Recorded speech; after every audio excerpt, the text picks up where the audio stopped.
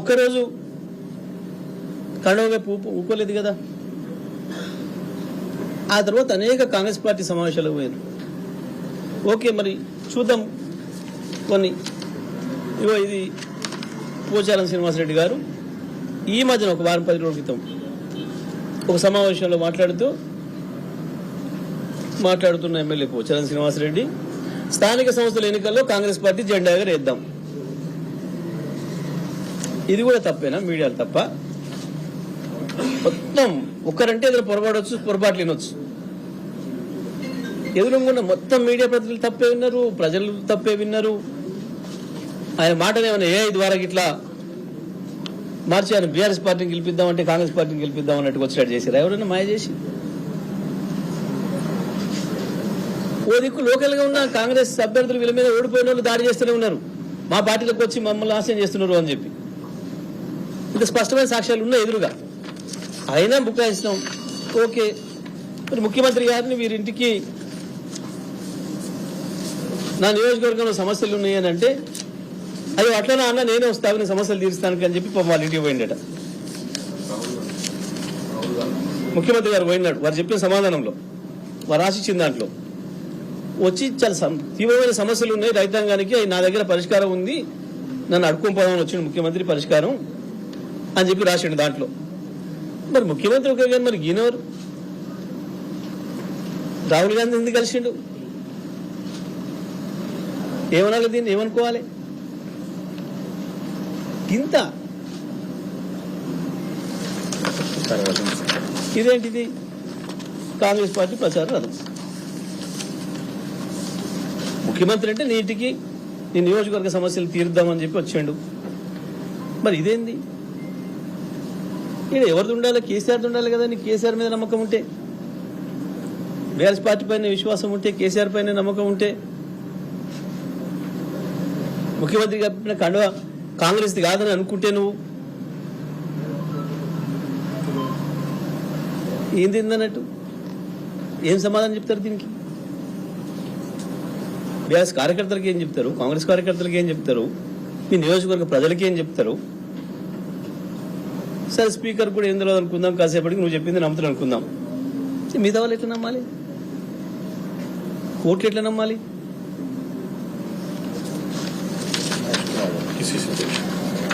మరి వారిని అంటే అభివృద్ధి కలుస్తుంది, వీరిని ఎందుకు కలుస్తుంది?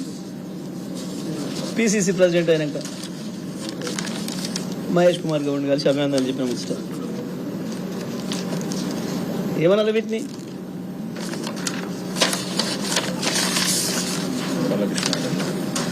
సరే, ఇది కృష్ణమోహన్ రెడ్డిది, డాక్టర్ సంజయ్, ఇది సంజయ్, డాక్టర్ సంజయ్ పాపం ఇంకా చాలా ఆయన ఇచ్చిన దాంట్లో ఇన్ని అభివృద్ధి పనుల కొరకు నేను అడిగినా అని చెప్పి దాని కొరకు మాత్రమే పోయినా సడన్గా కండవ కప్పిండు ముఖ్యమంత్రి. నాకు తెలియదు కాంగ్రెస్ కండవ అని నేను అనుకోలే అని చెప్పి అమాయకంగా రాసిండు అందులో. మరి గిదేనిది? నవ తెలంగాణ పేపర్లో అడ్వర్టైజ్మెంట్ ఏమని?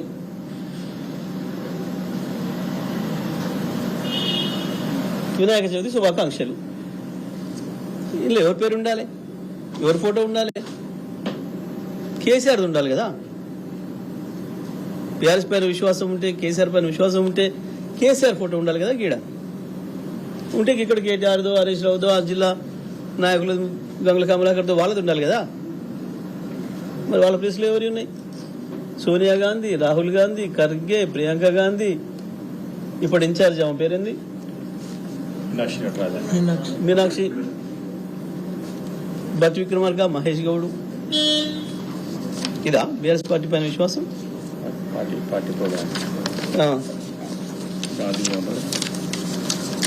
కాంగ్రెస్ పార్టీ కార్యక్రమంలో, కారికి వచ్చిన కార్యక్రమంలో ఇదేం అభివృద్ధి? ఏ నియోజకవర్గ అభివృద్ధి పోయినట్టు? ఇక్కడ గాంధీ భవన్కి కాంగ్రెస్ పార్టీ మీటింగ్కి కారికి వచ్చిన మీటింగ్ అది. ఏమనాలి వీటిని? గాంధీ భవన్లో బహుశా ఇది మీరు గాంధీ భవన్ చూసిన వాళ్ళకి ఐడియా ఉంటుంది. ఇది ఈ ఫోటో ఎక్కడ దిగిందో. ఇవన్నీ సరే ఇలా అందరు ఎట్లే ఉన్నాయి. ఇంత స్పష్టంగా అవకాశం ఇచ్చిన పార్టీకి, గెలిపించిన ప్రజలకి ద్రోహం చేసి పార్టీ ఫిరాయించి నీ వ్యక్తిగత ప్రయోజనాల కొరకు నమ్ముకున్న వాళ్ళని నమ్ముకొని చెడ్డ పని చేసిందే కాక ఇంకా తప్పించుకుందామని, దాంట్లో నుంచి ఏదో టెక్నికల్ అంశాలతో తప్పించుకుందామని ఎన్ని రోజులు వీలైతే అన్ని రోజులు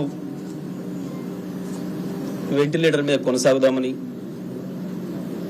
ఒక ప్రయత్నం చేస్తున్నారు. వాస్తవానికి ఒప్పుకొని తప్పు చేసిన ఆనాడు ఏదో క్షణికావేశంలో పోయినామో, ఏదో తొందరపాటు ఆశలు పెడితే పోయినామో, పొరపాటు చేసామని చెప్పి నియోజకవర్గ ప్రజల ముందర ఒప్పుకొని ఆడ కొనసాగదలుచుకుంటే రాజీనామాలు చేయాలి, లేదనుకుంటే వచ్చి ఆ ముచ్చట కేసీఆర్ కాడ పెట్టుకోవాలి. ఈ పిటిషన్ అన్నా మేము మిమ్మల్ని వదిలిపెట్టిపోలేదు, మేమేదో అభివృద్ధి కొరకు పోయినాం, ఏదో అపోహపడి జయశ్రీటో వివేకానందనో ప్రభాకరో తెలియక మా మీద పిటిషన్లు ఇచ్చిర్రు, మీరు మన్నించడం కేసీఆర్ కాడికి పోవాలి వాస్తవానికి.